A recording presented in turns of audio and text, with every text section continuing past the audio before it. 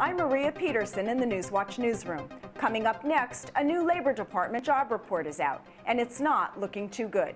Think the economy is recovering? Think again. I'll tell you why the economy may not be as rosy as you think. Breaking news tonight out of Washington. That's where Federal Reserve Chairman Ben Bernanke will be holding a press conference shortly to talk about a possible change to the interest rates. Wondering where all these guns came from? I'm Maria Peterson in Elysian Park, and I'll tell you in the next segment. Plus, see why celebrities are singing the blues. Those stories and more on our next business break. With car sales recently on the rise, stabilizing signs in the housing market, and an increase in manufacturing jobs, it's easy to think the economy is poised for a rebound. But for Edward Attia, General Sales Manager of Audi of downtown Los Angeles, consumer spending is still volatile. This is business. It's not always constant. We see some fluctuation, but the trend is very positive. While the recession may be likely over, unemployment is still high. The national unemployment rate is 9.7%, and the California unemployment rate is a whopping 12.2%. And experts predict that unemployment is expected to remain at high levels for the next 2 years. According to leading economist Jack Kaiser, high unemployment will greatly inhibit consumer spending. It's definitely going to act as a brake on spending. You have a lot of consumers very concerned. They hear the talk, oh, well, the recession is over, recovery is nigh. But to them, the most important indicator is that unemployment rate, and unfortunately it's going to continue to go up through the rest of this year and into 2010. To really show how consumer spending patterns have changed, American Express recently asked a sample of over 2,000 people what they would do if they found $500. The answer? Fewer than 10% said they would splurge. If you found $500, what would you do with it? I would probably spend it. If you found $500, what would you do with it? I'd actually save it. Consumers are certainly saving more, as indicated by the increase in the savings rate. The personal savings rate, which was as low as 0.5% in 2001, is currently at 5%.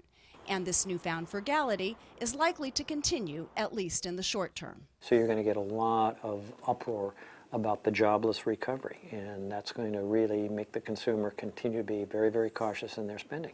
From downtown Los Angeles, Maria Peterson, Newswatch LA.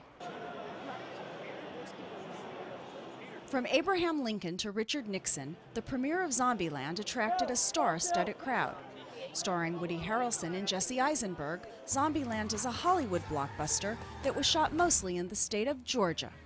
Lead actor Jesse Eisenberg says working in the South was a welcome surprise. How was the overall Georgia experience? Oh, it was great. Georgia's like an amazing state. I mean, it's the most beautiful state. It's like, well, of course, you know, famous for the red clay soil, but like, there's every kind of topography you can find in Georgia.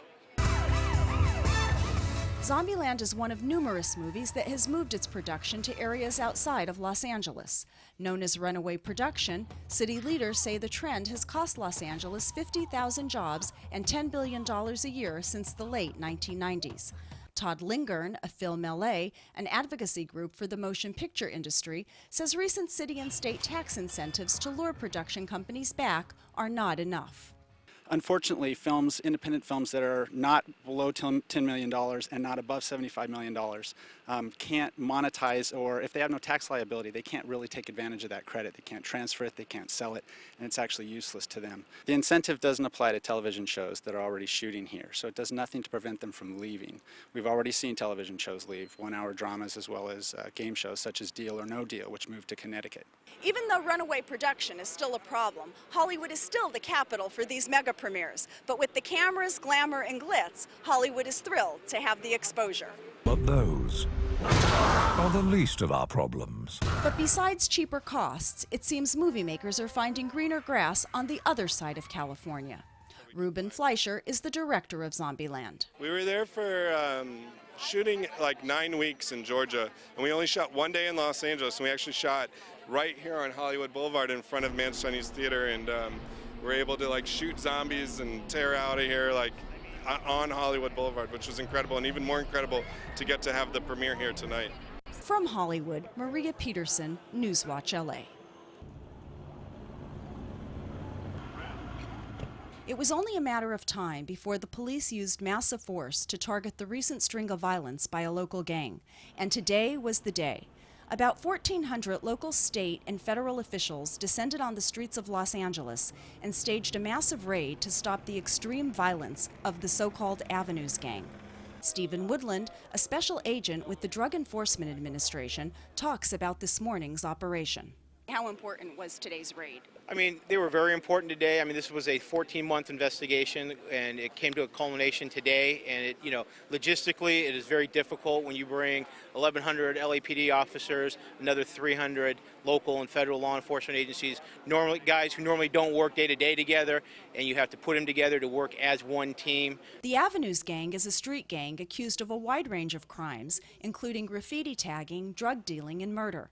Officials began going door to door before dawn and served arrest warrants to 88 suspected members and associates of this local gang.